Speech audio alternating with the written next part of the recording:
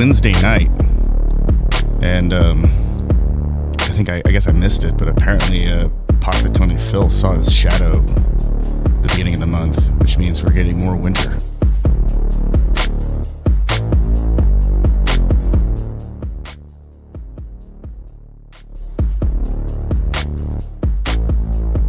How many have they gone through by now? You know, like. Oh, Positone Phil's? Like. They only live up to between 6 and 14 years. So they've gone through like at least like 7 and as many as like 30 something. What? No, I don't. I'm just making numbers up. No. I looked at and they said there's only been one. Oh, these fuckers! Why do they have to lie? This is what happens when you raise people believing in fucking Santa Claus. But apparently the official number is 13, even though they according say to club one. lore, he's immortal.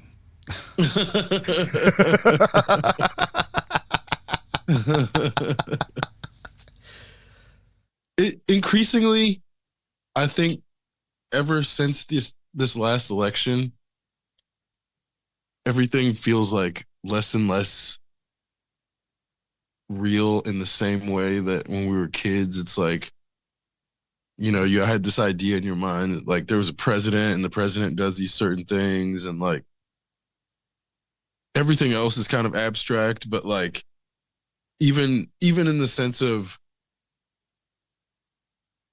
I remember as a kid the way cars would work. In my mind, it was like there must be some invisible slot, like a slot car that everybody's like following or whatever. I couldn't fathom in my mind that everybody was just like agreeing to keep order, and like it felt like there was some magical element that kept order aside from people. And now that order has kind of gone away, there's no veneer of that magical element of order. And that's where I'm like, well, of course there's no order when people want to act like a goddamn groundhog is immortal for fun. Like, it's one thing, like.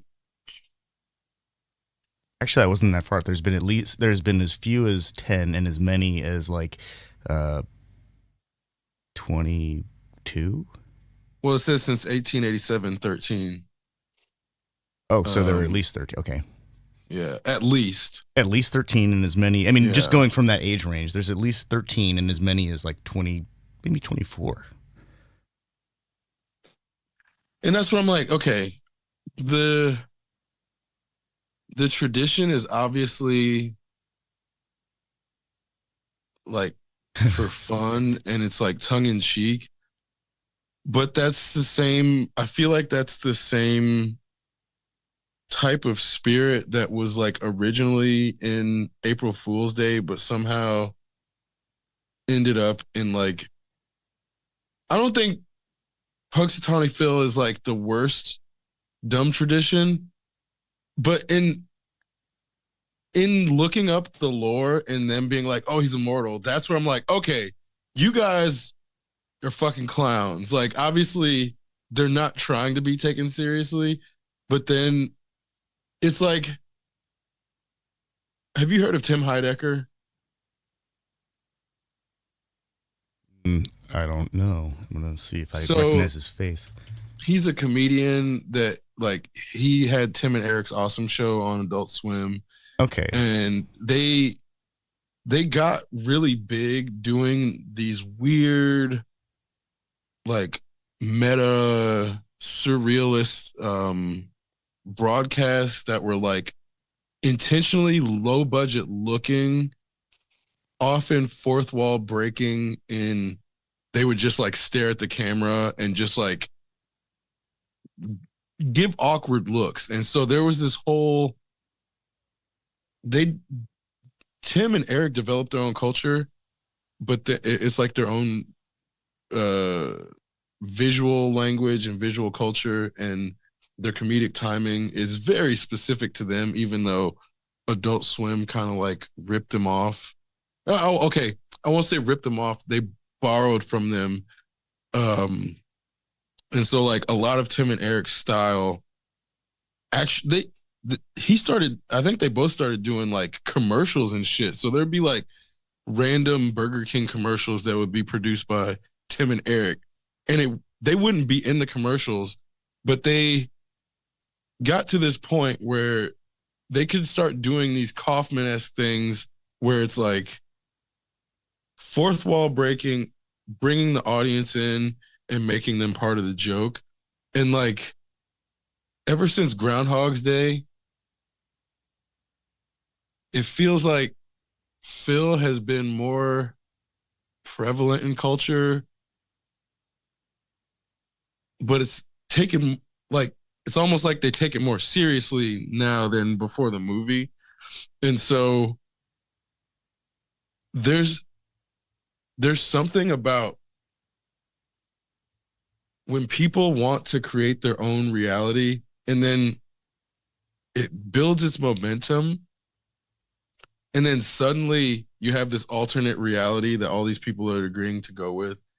And that's where I'm like, it'd be cool if like Americans didn't have problems with actual facts and history. Like, it's this, if Americans were okay and like weren't trying to erase like Black history, weren't trying to erase like non-white history in America, or like the way all of our propaganda paints Chinese people a certain way. If that stuff didn't exist, the Punxsutawney Phil stuff wouldn't feel as problematic to me as it does. And that's where I'm like, it's fun to us because we don't live in a fantasy world, but other people can't draw the line, and then they start taking stuff like this seriously, and then it descends into like suddenly these people don't know if Ancient Aliens is real or not, and then suddenly now these people don't know if the Holocaust is real or not. And it's like it's a very slippery slope from like believing in Santa Claus and like immortal fucking groundhogs into Holocaust or not. Like, damn. I know it doesn't sound like it's directly connected, but I promise it is. Which again, it's like, I don't think this stuff is inherently dangerous on its own, but in tandem with each other, where you have like, it starts at an early age where they're like, okay, you got this magic man coming down this 1x1 cement thing, this cement fucking chimney in which we usually burn fires, and this is where we ventilate our homes. And then we're going to put out some cookies and milk for the guy just to spike his insulin before he goes to the next house, not taking into account. Not to mention that there's an immortal groundhog that controls winter. Because then I'm like, I don't know how many people like. And I'm serious, like the immortal groundhog that controls winter has got to be like the weirdest. Yes, it's super weird, man. It's like that's why I'm like, let's unpack this briefly, because again,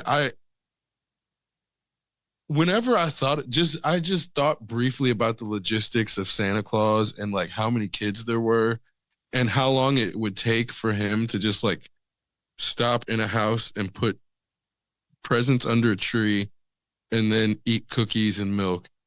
Like, immediately as a child, I was like, okay, that's not real. Like, there was no point in my life where I ever believed that it was possible or that Santa Claus was like a real person or like a real entity.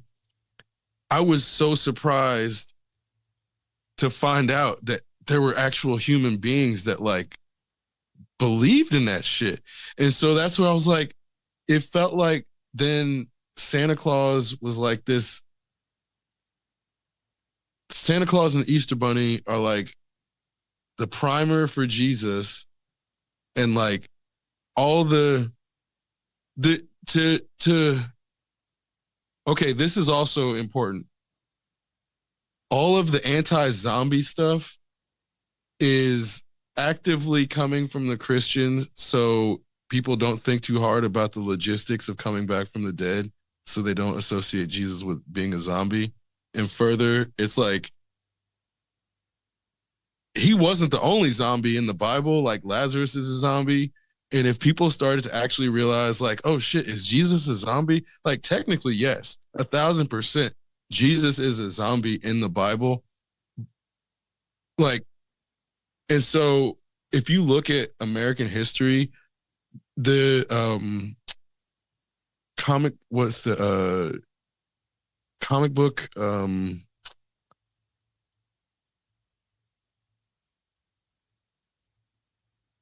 it's like not the Council of Comics. Oh, Comic Books Code.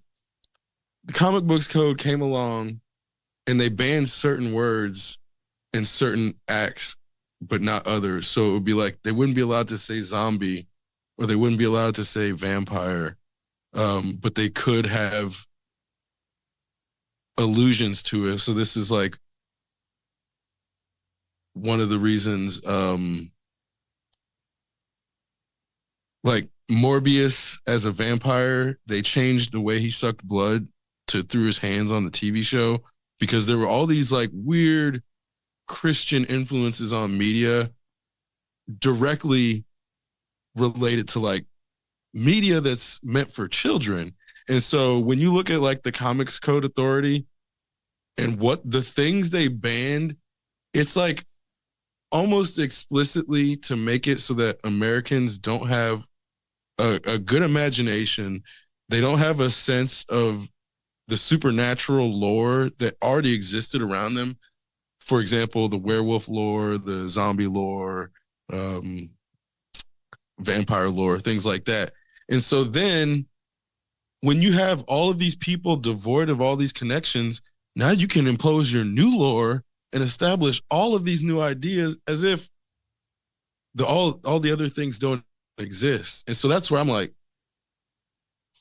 to a degree, Punxsutawney Phil is like part of the modern pantheon of gods in American culture. But Americans are so convinced that they are monotheistic that they don't realize that they have like a pantheon of gods. And like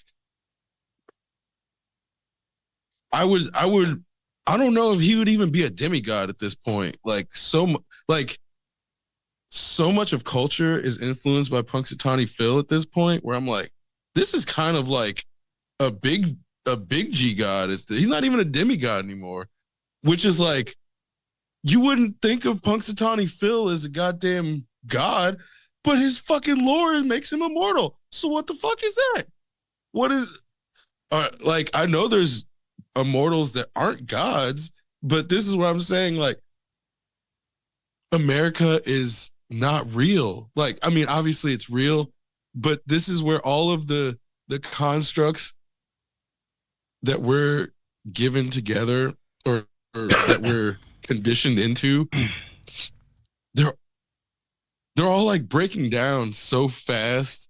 Like the Gulf of America.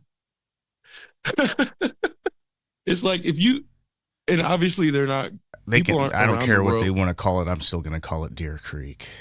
Exactly. It's gone through so many names, like the Hoosier Dome.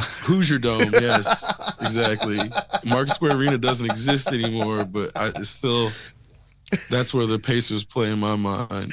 Yeah. And like, okay, I feel like if America, so on this note, Fort Victory or something like that was one of the forts that used to be named Fort Bragg that got changed to something else like last year, 2 years ago, got changed to Fort Bragg in honor of a different person whose last name is Bragg. I just read about this, and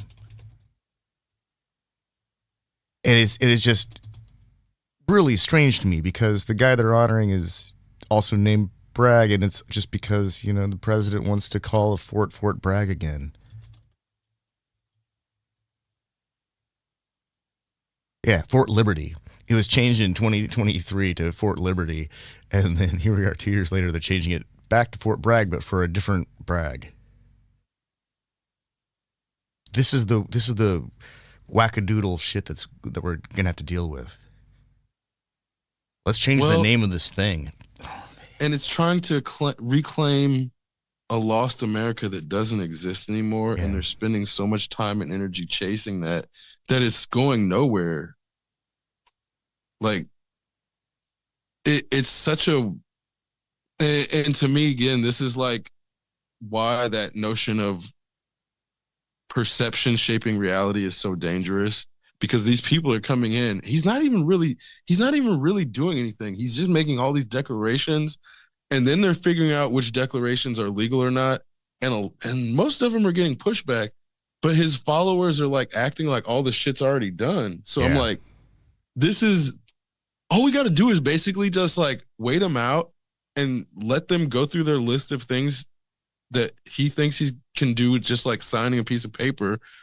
Let him do it, and then fucking let them move on, because it feels like we got a child Yeah, who we has this toy, and he's just gotta very let him do it. like, yes, and we got to just let him destroy the toy, and realizing that that's not the actual government, and the government operates like this big giant fucking behemoth that no individual can come in and like move and change the direction, like the way Obama came in and didn't actually change the direction, and Joe Biden came in and didn't actually change the direction. It's this big giant, like, The hard part is for better or for worse, the military industrial machine being an unmoving force that just keeps plodding forward is good for stability in that degree, but it's like that also means somebody can't just come in and stop it. Like, they've gone through decades of hiding their black budgets.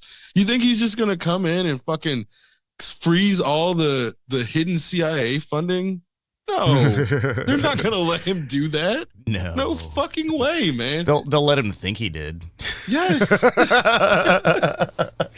Well, exactly. it's the hard thing that I've dealt with is that there were a lot of programs that were coming to an end, and the Biden era wasn't going to extend them because they couldn't, and this current administration couldn't possibly have had time to review everything.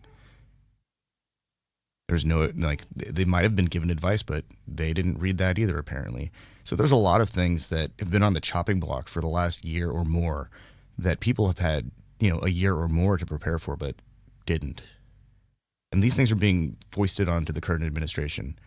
And that's one of those things that reminds me of just how big and slow government really is.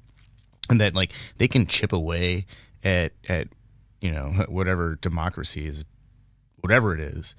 But really it's just like, it's like taking a fork to a concrete wall. It'll erode it eventually, slowly, but they gotta like go at it like never. And there's always time to fix these things because it's a giant slow ass machine.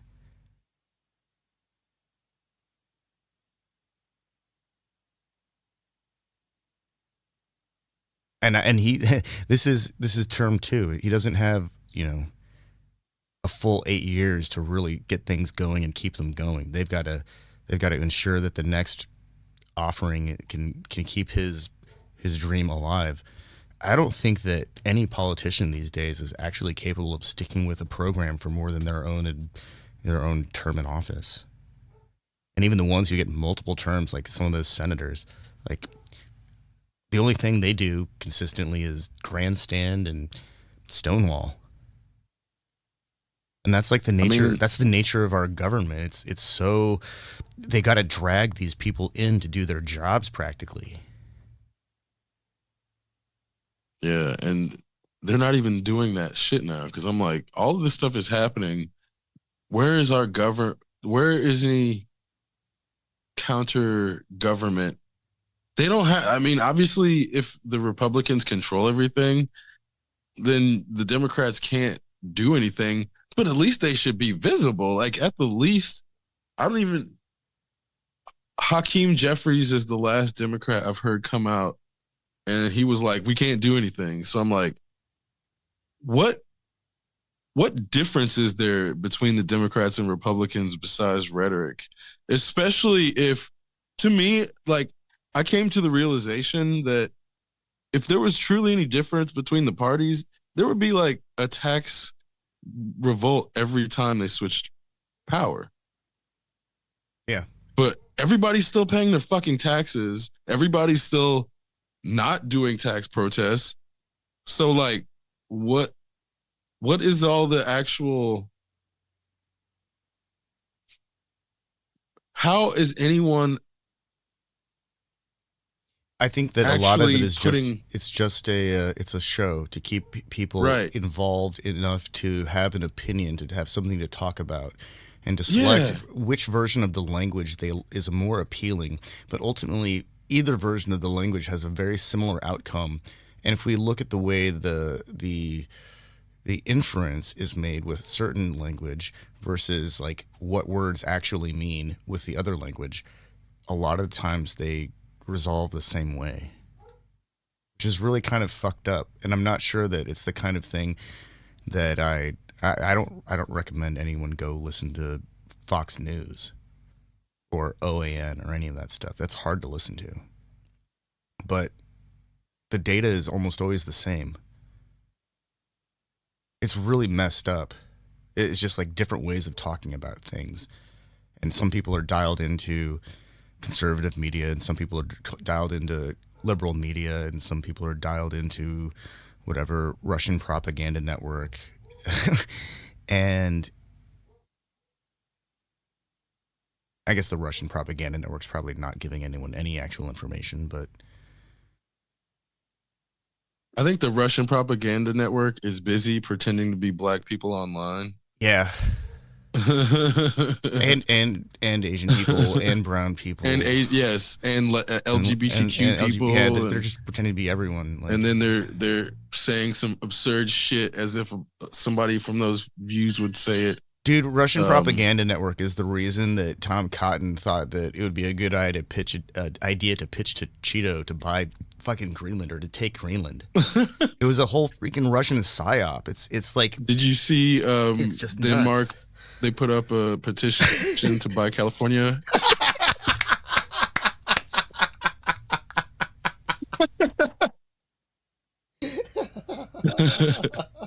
Which and to full circle at that point, that's where I'm like, oh, nobody actually is taking this guy seriously. Yeah.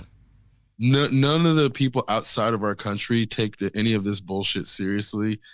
Even down to like when he's like, oh, we're gonna go into Gaza and we're gonna, treat it like real estate. Like, no, you're not. No, the fuck you're not.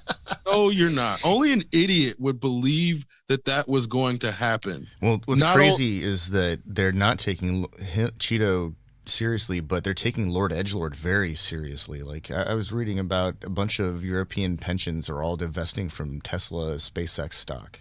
Like Oh anything yeah. having to do with Lord Edgelord is like big money is like, sorry about you, buddy. We're leaving. We don't like you anymore. And it's really, I mean, obviously you can't, no person should be making like Nazi salutes or Roman salutes or whatever salutes, and then like expecting the media to backpedal on what they saw and to gaslight literally anybody watching. But fortunately, there's some people who live in countries where they have actual laws about making those kinds of gestures. Right. And they have like extensive cultural training.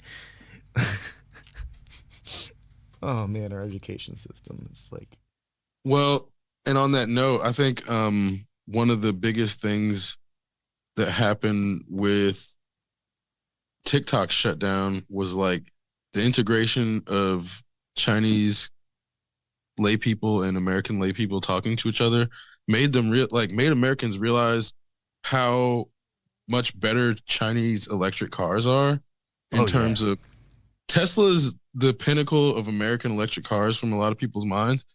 But then obviously the Chinese electric cars are just way better. And then the lower And they can end, build them for practically nothing. right. And The so big that's where expense then on the Chinese cheaper electric ones, cars are you just still that it's get all the more. battery. And they have battery Yeah. changing stations where you can get your battery changed in like 30 minutes. Which Elon was trying to say, I think in 2019 or something like that, he was trying to make it seem like that wasn't going to be possible. Um, I mean, and it, there's this device. It's like a common Chinese farm machine. It's called an iron mule or iron donkey, and it's just a motor with a wheel. And these dudes will attach like a tree to it and pull it out of their field, or they just use it for whatever. I've seen videos where they'll strap like a telephone pole to one end and then a wheel to the back end, and they'll have like 8 dudes riding the thing.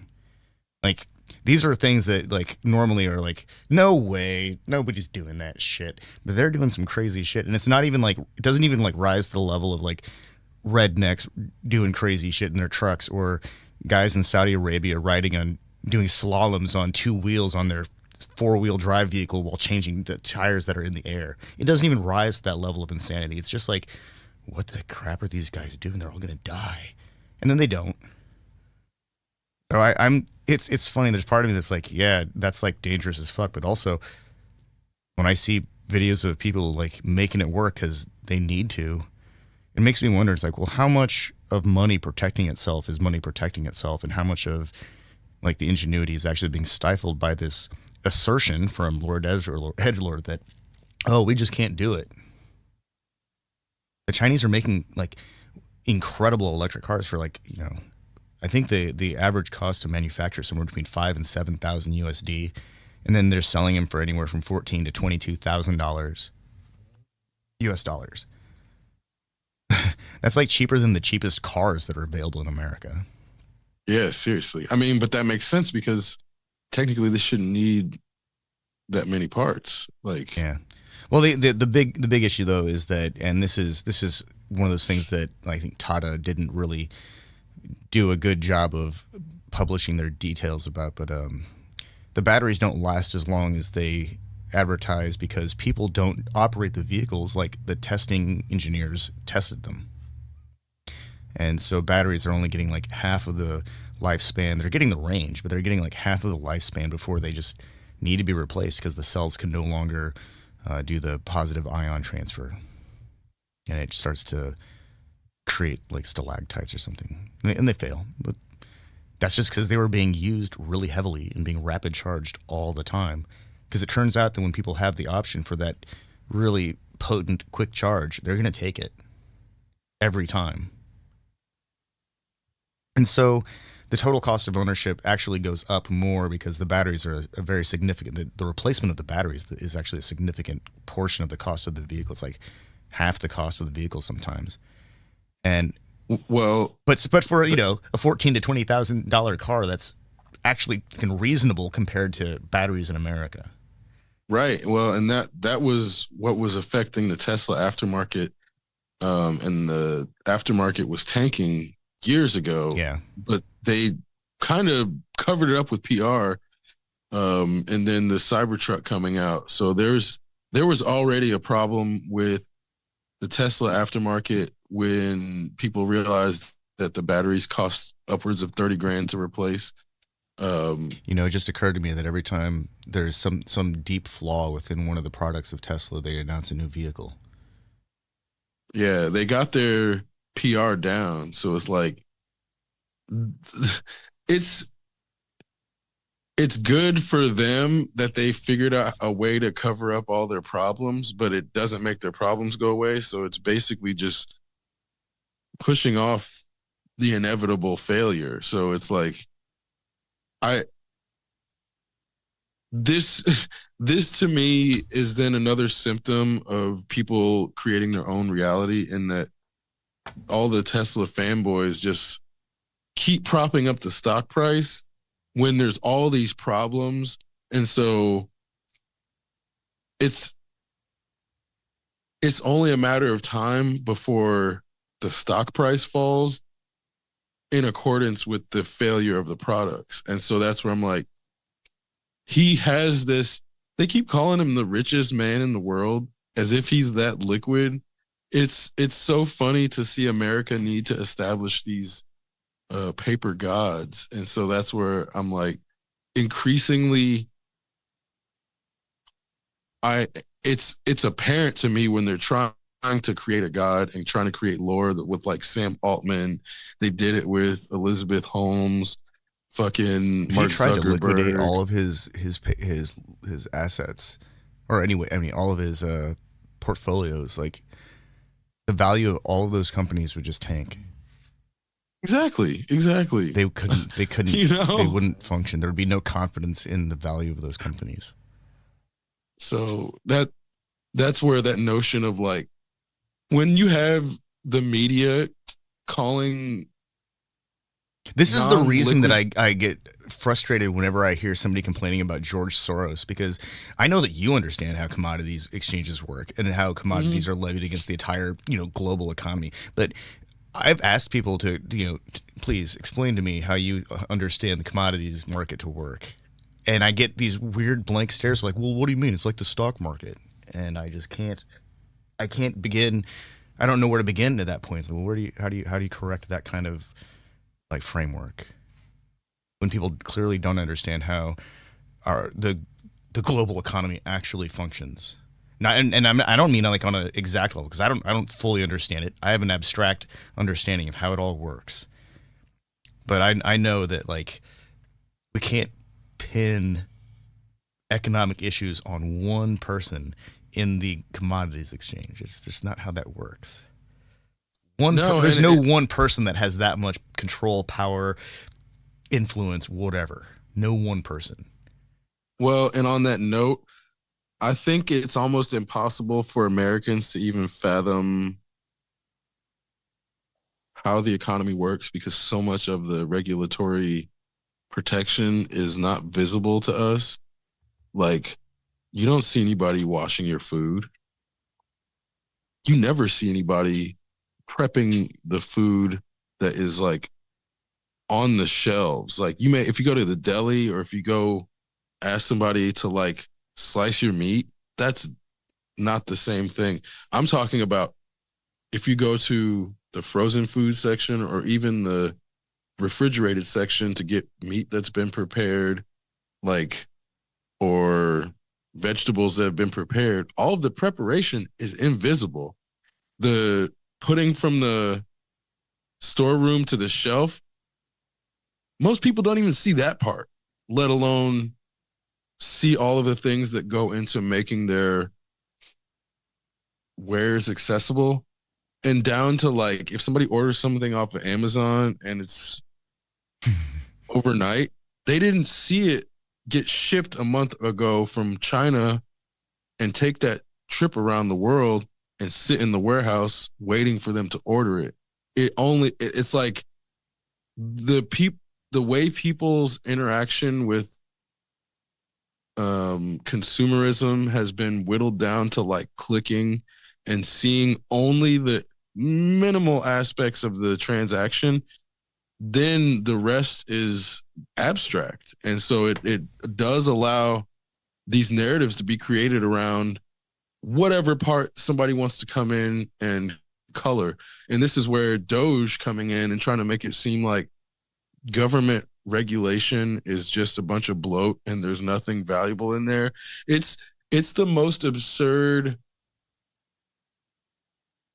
approach to this as a counterpoint where it's like it's so obvious that there are some good parts. Like I can't believe he's making me say there are some good parts of government. Like government does good things. Obviously not all of it is good, but there's so much of it that is basically a safety net keeping society from descending into free fall, that when they make it seem like that net isn't there, it's either disingenuous or it comes from a place of being so disconnected from And the real world that they government never had to use. government functioning properly is like vanilla in a cake. It's an essential ingredient, and you know when it's not there. You know when the vanilla isn't in the cake because it just doesn't taste right, no matter what. It could have the best ingredients, but if it's missing that vanilla, that hint of vanilla, what's wrong with this cake? Why doesn't it taste right? And we only notice government when it's not doing what it's supposed to, when it's not there, when it doesn't show up. And I think that's part of the issue is that our taste buds have been nullified by a barrage of sugar, and so nobody can notice anything unless it's completely obvious. Like, oh, by the way, this is a vanilla cake. It's made entirely out of vanilla. Now you can't not notice it, and then nothing tastes like anything anymore. It's just sweet, and so we just got to have more and more and more. And then when the sweets run out, we switch to salt. And when that's done, we go to trans fats. I'm surprised people aren't freaking out about trans fats, considering all the transphobia. Don't give them any ideas. I mean, that would be way more palatable than like some of the other shit that's going on. Like if they went on a barrage about trans fatty acids, like think how much healthier the place would be. I mean, but then it would be like trans people created trans fats. Oh God! Oh yeah, that's true. Big trans is trying to kill us.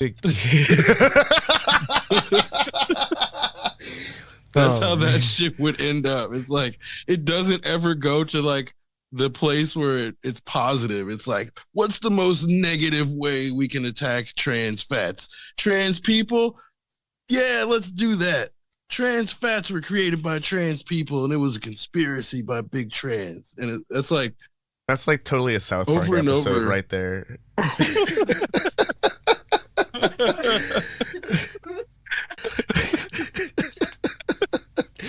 It couldn't be like the anti-trans fat donut, though.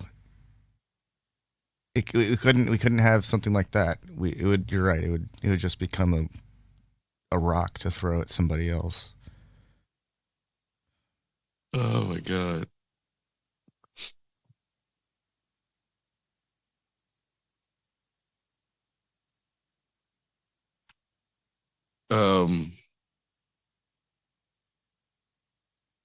But then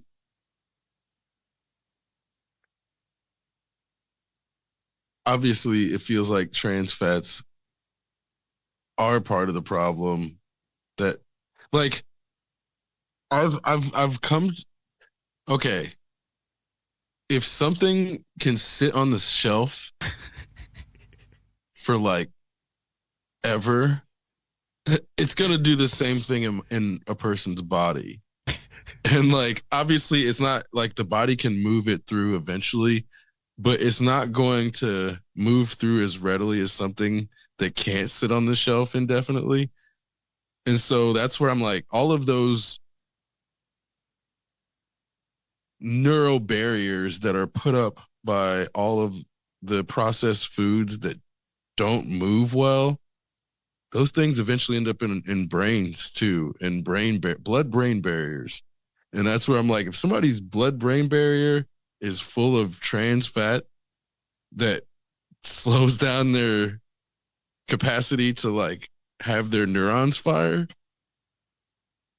one thing leading into another. And so that's where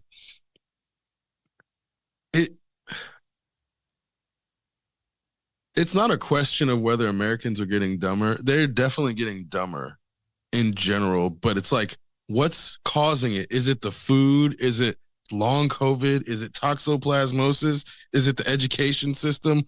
Is it all of the above? And there's like, and microplastics.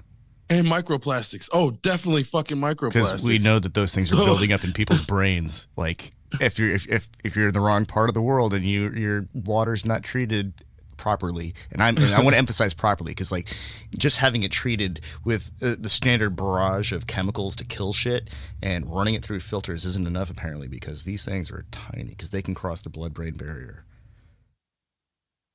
and they get into your brain and they clog up the blood vessels in your brain, and they fuck your couch.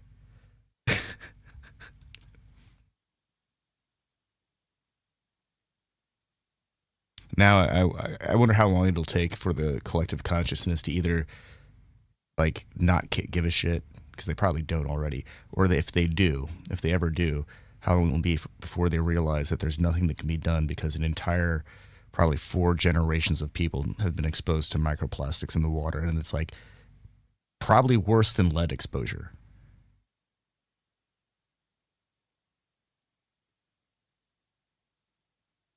Right? Yeah. It's like, It's in nearly all bodies of like drinkable water.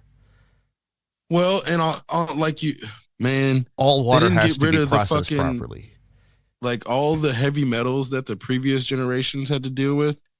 We're using their same fucking systems too. Yeah. They didn't fix that shit. So Uh, it's like, yeah, I don't know if you've seen that meme with like,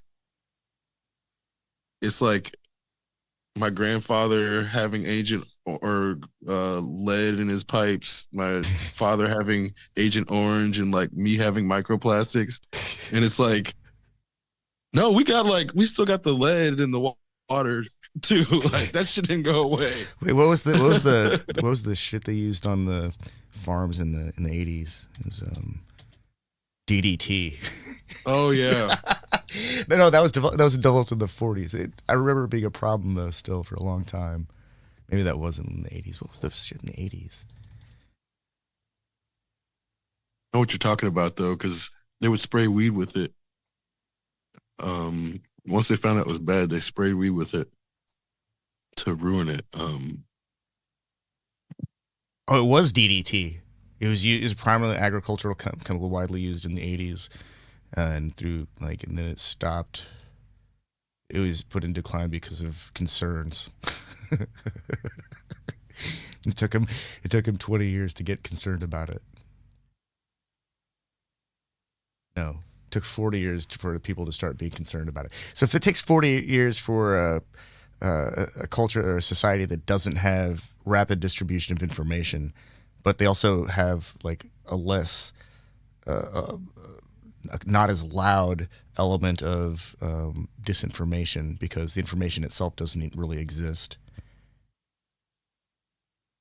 40 years. 40 years to start getting concerned about its impact. We know better now. We can like companies can rapid develop their chemical baths to help grow their seeds within one season, and they can make a bunch of different batches, and they can determine which one's going to be released for the next year. Is it a coincidence that the Freedom of Information Act is like 40 years? Oh wow, FOIA happened in the 80s.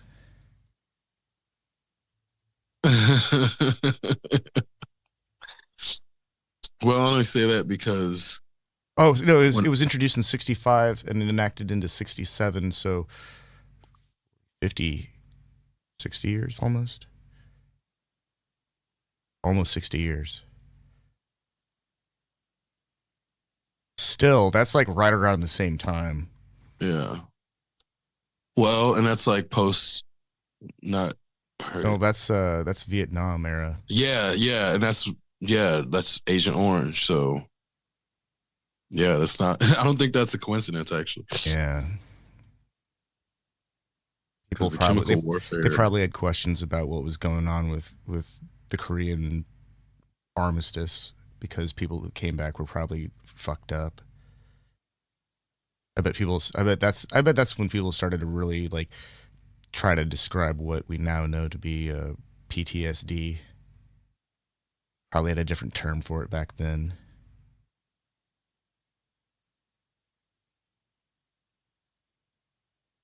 Or Shell shocked. shell shock. Yeah, they haven't come back to us yet. Yeah. It just took more words until they agreed upon a term.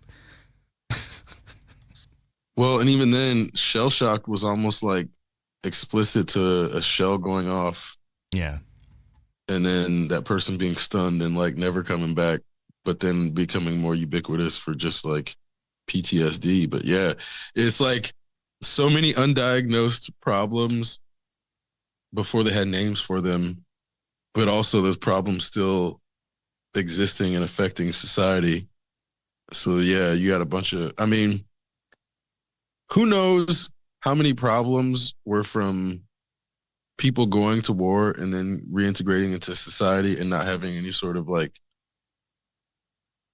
reintegration program where they like learn to be regular people again. Because like we've been reading Reacher books, and one of the big elements of the character is like he is an American soldier who doesn't feel a connection to America because he's lived his entire life on army bases outside of America. Even as a kid, his dad was a soldier, and then as an adult, he was a soldier. So I'm like, obviously, this character is fictional, but it represents a lot of reality. And so I'm looking at the way people identify with like their surroundings or not. And that's where it seems like, especially walking around just looking at people in New York, like there are varying degrees of empathy towards other human beings. And then you can see like some people don't care about the existence of other people around them. And I feel like it's like the byproduct of being surrounded by so many people so constantly. But then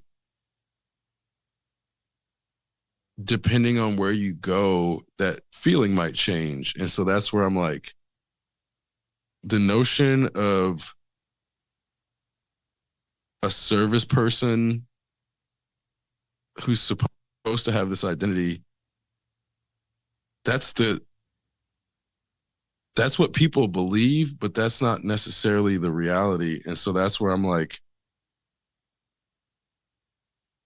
increasingly the framing of this fictional character that is supposed to be the quintessential American, but does not feel a connection to the America that he's trying to like discover and connect to. I wonder how many people never feel any connection to humans around them or I know the goal of nationalism and I know the goal of trying to create this like idea of a state. And I think at the core, it's meant to create a some common thread so that it like moves towards a societal cohesion instead of away from cohesion. Just at the base level, what's the most minimum reason for it existing. And so when I see other people moving, like right now, all of the people who are effectively right wing are moving away from cohesion collectively. And meanwhile, everything is still very cohesive. They're just very loud about wanting to move away from cohesion. And like, meanwhile, that's where I'm like, all we got to do is just actually like keep moving and stay cohesive and ignore those people, because every time they make a noise, a judge comes in and is like, you can't do that. Is what is, as long as it's not legal, every time they say they're going to do something, a judge comes in and is like, that's illegal. You can't do that. And it doesn't happen. And so that's where I'm like, there are certain times where like most of the time, I don't believe in the American government. But if he's going to come in and fuck over a lot of white people, that's the one time I believe the American government's not going to allow that to happen. Like, even if they're poor white people, America's like, the government's not going to allow a bunch of white people to suffer. And a bunch of like, if he cuts Medicaid, if he cuts SNAP, you know who that's going to affect most? His base. His base. And even if it was legal, I don't think the government would allow that to happen because too many people who are going to have to go up for seats are going to have to face those constituents. So it's like he can talk as if they're going to cut benefits to the poorest people in Appalachia. That shit is not going to happen. It's not going to happen. Even down to all of the like foreign aid that they're cutting, we're suddenly inundated with stories about how foreign aid works.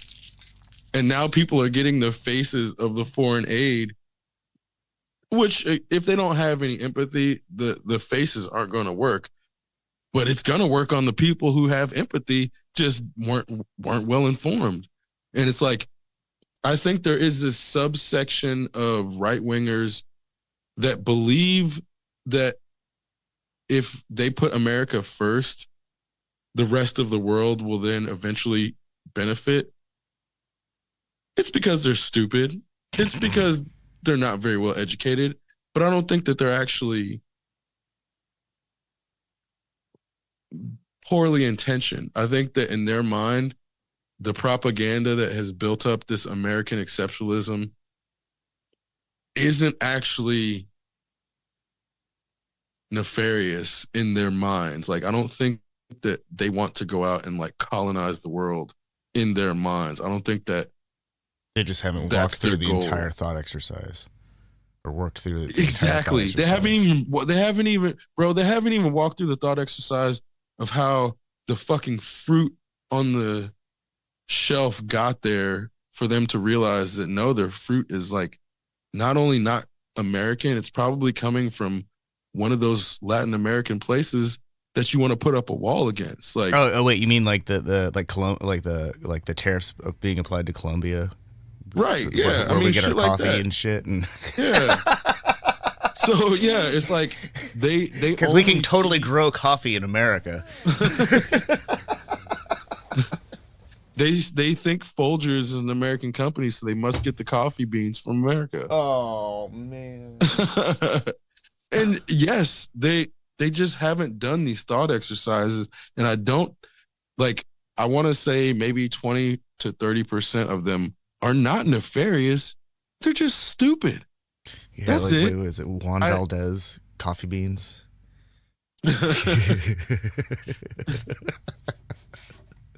But I don't think stupid people who are misinformed are the same level of dangerous as nefarious people. And the stupid misinformed people that are being manipulated by the nefarious people are collateral damage that I don't believe deserves what they are going to seemingly get in the most legal cases. Issue being like, yeah, it's like all of the stuff that they're saying is going to affect poor white people the most. Period. There's no question about it. All of these policies have already started affecting white people more than anybody else. Not to say that there's no other, they've definitely affected other groups. Like Native Americans have already gotten a ton of like toxic shit dumped on their reservations very recently. So it's not like only white people are suffering under this administration, but the level, that's where I'm like, it's gonna get bad for white people. Like, China is thriving, man, and for a long time, I think white people were comforted by the idea that Chinese people were like these unhappy automatons that didn't have like access to like TVs or phones or like anything that is associated with modern technology. But then once that veneer was shattered, it's like, oh shit, we've been doing all of this work and we can't even think of ourselves as being better than these Chinese people. We can't even think of ourselves as being better than African people because we know that they don't live in huts now. We know for a fact that they're not wearing grass skirts. So it's like I can't, as an American, look at those people and look down on them technology wise because they have the same technology and some of them probably working less hours. So it's like at this point, when you have Americans working 2-3 jobs, not able to afford their fucking lifestyles, having to cut their lifestyles, still being on the verge of eviction constantly, still being on the verge of like bankruptcy constantly. And then a medical emergency happens. They have no medical network or like safety net. When white people realize that white people are in that situation, they're not going to stand for it. And so that's where, to me, it's like we're about a month into things, and it's not going to be long before white people start revolting. Just mark my words. They're not like, you're not going to see it at first, but the poor white people, they're going to start protesting because the aid is getting taken away. They've been living off the government teat for a long time. All these red states that want to talk about government welfare, well, they've been taking it. And if he's going to come in and take it away, these motherfuckers are going to start protesting so fast. Just mark my words. I have no doubt that's the way that actually pans out. Remember Hurricane Helene?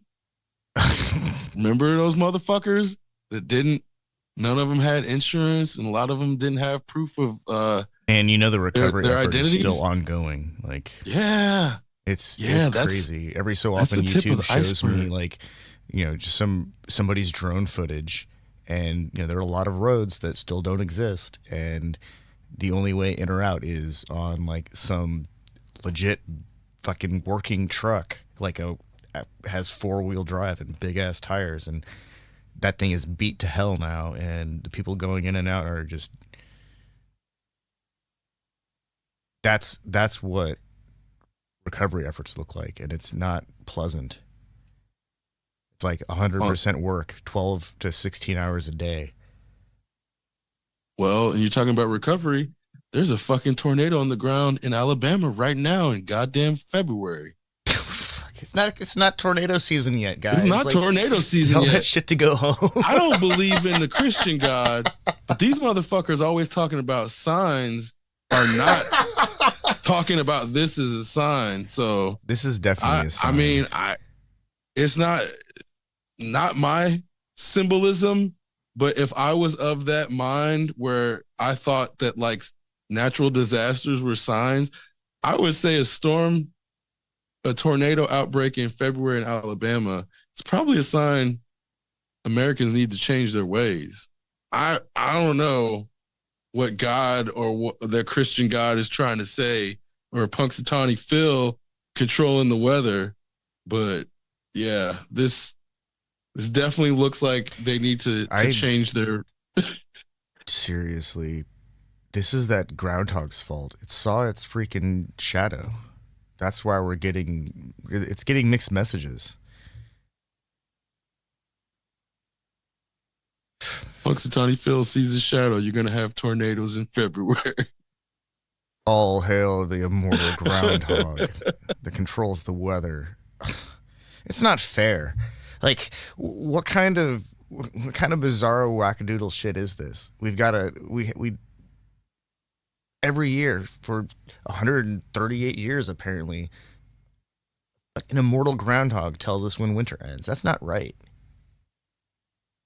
You know what? If superpowers existed and like groundhogs and shit got them, I'd be okay with that. If like a groundhog was immortal and could control the weather, but like didn't have words, that would be like a world I'd be okay with living in, I think. I mean, it couldn't be any worse than what we're living with right now.